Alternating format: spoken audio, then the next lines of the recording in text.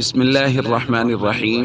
عن أبي هريرة رضي الله تعالى عنه قال قال رسول الله صلى الله تعالى عليه وسلم في الحديث: والعجوة من الجنة وهي شفاء من السم. رواہ الترمذی۔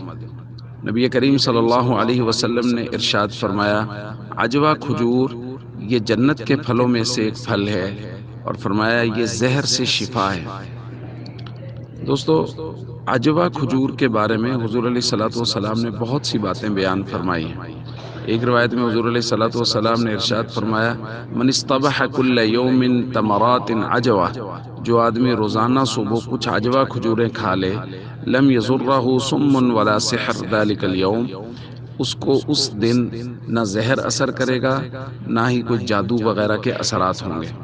اور بعض روایات میں 7 تمرات کا لفظ ہے کہ 7 کھجوریں عجوہ اگر کوئی آدمی روزانہ صبح کھا لے۔ اللہ تعالیٰ کے فضل سے میں مسجد نبوی شریف میں ہی اس وقت موجود ہوں، مدینہ منورہ میں، اور چونکہ یہاں سارا دن یہی باتیں نبی کریم صلی اللہ علیہ وسلم کی کھجوروں کے متعلق، آپ کے گھر کے متعلق، آپ صلی اللہ علیہ وسلم کے بیان کردہ چیزوں کے متعلق، تو اس لیے آج عجوہ کھجور کے متعلق بات، چونکہ کھانوں کا سلسلہ، کھانوں کا بیان چل رہا ہے ہمارا، تو عجوہ کھجور کے متعلق یہ بات میں نے مناسب سمجھی کہ یہاں حضور نے فرمایا ہے کہ یہ زہر سے بھی شفا ہے اور یہ جادو وغیرہ سے بھی شفا ہے۔ اگر کسی کے لیے ممکن ہو تو وہ روزانہ صبح 7 عجوہ کھجوریں ضرور استعمال کر رہے ہیں۔ یہ طب نبوی کا باقاعدہ حصہ ہے۔ السلام علیکم ورحمۃ اللہ وبرکاتہ۔